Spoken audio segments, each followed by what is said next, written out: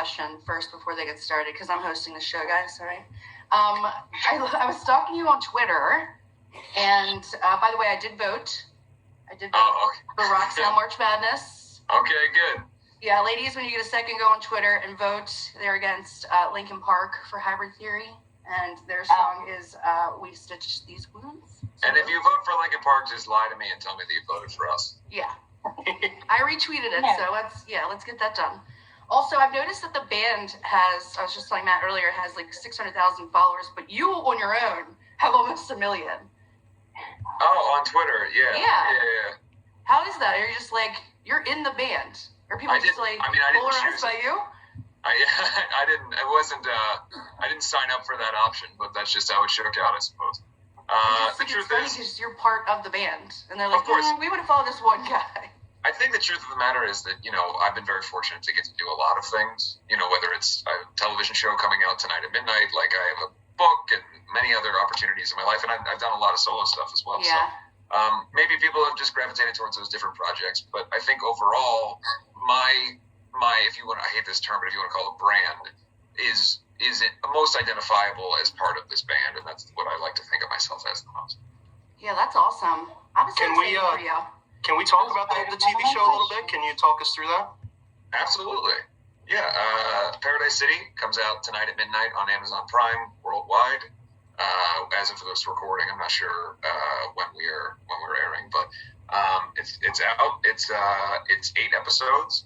I play one of the lead characters, Johnny Faust, who, if you've seen the film American Satan, this is essentially a sequel to American Satan, but done through a series. So, yeah, incredible cast, incredible writing, just a really cool opportunity to do a hard rock, heavy metal show and kind of show. It's obviously a drama, so it's heightened reality, but the reality behind, somebody who's, in my instance, my character is at this place of uber success, but dealing with the pitfalls of what comes from that. There's also other storylines in the show with bands that are on their way up and people that want to join the industry, and kind of both the dark side of the industry and the hope that people have to try to become stars and all that kind of stuff. And so, yeah, it's an incredible show, and written and directed by Ash Albertson, who also wrote and directed American Satan. And please go watch it if you got Amazon. Go watch it. It's also available on iTunes and Google Play and Vudu and all those things. Is there anything you can't do? Because I have radio DJ, artist, musician, actor, writer. I mean, there's what else is besides obviously not samurai, mirror user, attacker. Mathematics of any kind. I don't know any mathematics. It's on a very basic level. Being a creative, I feel like you probably do and you don't know. Maybe I do. If you said like what's 3 times 6, I really don't know the answer. Like, I'm not being facetious. I genuinely don't know. It's the blind spot in my repertoire is that I don't know any math. So you being an artist and me seeing all the work on you, have you drawn any of your own tattoos? Yeah, my first tattoo I drew, it was like a kind of a take on, I don't know if you can see Alkaline Trio's logo, which is one of my favorite bands. But a lot of it's just, representative of different things. Through the years, I designed the logo, the Black Felt logo that we've got here, and it's just like different things. But yeah, a lot of it's just like little patchwork thing. I'm one of those people who my tattoos are very story-based or moment-based, and not so much like, I've never gone in and got like, maybe a few like, this is a big piece, but most of it's just like little stuff that's been compiled over the years. So a lot of my tattoos are complete nonsense without any context. Like, I have a koala bear dressed as me drinking a fifth of whiskey. And, that might be the best one. Yeah, there's story to that. I think in general, I just like the idea of these little moments in my life, and I can look at my arm and remember times on the road or times in life, or something that Juliet and I have done, or whatever it is. Oh, I like that. How old were you when you got your first tattoo? 16. You're a beeb. You're a little BB. Yeah, my goal, I remember, like, you set these weird goals that are completely arbitrary, but I remember when I was 16, my goal was to have this arm fully done by the time I turned 18. I was like, I'm gonna do it. And I think I had about 4 tattoos by the time I turned 18, because I moved out when I was 18 and didn't have any money, so that was the end of that. Yeah, they are pretty pricey, that is for sure. I'm going to let the ladies ask questions. I feel like I could just talk to you all day. You're very easy to talk to. Oh, I'm happy to hear that. That makes me happy. I'm enjoying the conversation. Yeah, you're very easy to talk to. I'm going to ask you a million things. But there's young ladies here that work their butts off to text in and win this moment with you. So we're going to start with Gabrielle. Do you want one of your questions for Andy? What can we expect from the Phantom tomorrow? I think obviously I've spoken a little bit about the fact that it is an overarching concept record.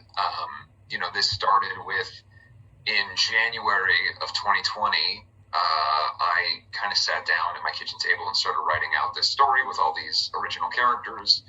And you've seen some of them, like the Blackbird, which is in the Scarlet Cross video, and hinted at some other stuff. But so I started with just drawings and writing, and kind of developed this comic book concept. And then as we started writing the record, the songs started coming from that place, and I kind of built the story backwards when making the record. So every song is representative of a different issue or chapter of this story, and the storyline is kind of whereas we've done concept records in the past that were very much about like hope and fighting for yourself and all that stuff. That is certainly prevalent here, but it's more I've just been watching the world over the last year, especially, and making this record during the course of watching the world and seeing this kind of really a bizarre human behavior that I think we've all kind of engaged in from time to time, which is like this making your identity part of someone else, like whether it's political or social or whatever it is, like finding a thing that represents you as like your totem, and then like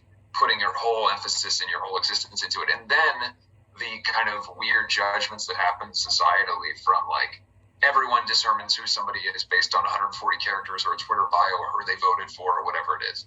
And it kind of takes us away from any kind of conversation, and it makes this very like reactionary thing where, and that's kind of what the song Scarlet Cross is about, is like everyone sees this surface level now, and there's really no interest in going any further. And I have friends who I've known for 10, 15 years who have completely turned their backs on other friends just during the course of the last 18 months because of political affiliation or social interest or whatever it is. And it just seemed bizarre. So I wanted to write a story about like, what if everybody created this hero and then the hero sort of disappointed them? What would we do as a society to that hero? And would we tear that person down? And ultimately, is it more important, and sort of the story of the record is, it's more important to find how you can be a hero for yourself and your family and the people you care about, and to create your own version of heroics, as opposed to putting all of your hopes and dreams in somebody else into this monolith, because those things tend to fail because other people, excuse my language, but they don't tend to give a crap about who you are. It's just sort of in service of their own. I think crap is very safe to say. Yeah, all right, fair enough. It's radio, right? So, it's often it's often just in service of who they want to be as opposed to who you are. So that's a long answer, but that's sort of what the record's about. Now, first of all, I am now the biggest fan of you. You are so obviously well educated. A. I don't even have a high school education. And B, you're super profound. Like everything you're saying was so profound and absolutely correct. Thank you. I appreciate that. Yeah. I was not a very good student. I was tested by the state multiple times for different learning disabilities because they were convinced that I couldn't learn anything, and so I just dropped out of school. And I always advocate, if you're interested in learning, to read and find things that interest you, and you can build your vernacular and your life up by finding things that interest you. I also think that pop culture is super important, and being aware of things around you and entertainment, and the value of like finding out concepts that you like and things around you, instead of like, the only thing you can do is to be studious and to learn for a test, because then you forget all the information anyway. Because I would bet, and this is a whole other tangent, but I would bet that everybody here learned about the Magna Carta but doesn't remember anything about it, but they remember things about something that they might have been interested in, and that's where school fails. But that's a whole other thing. I'm a fangirl. Now I'm going to be the one fangirling with the rest of them. Wendy's going to be listening to other stations trying to win. Just keep talking. Tell me more about that. Studious. Man.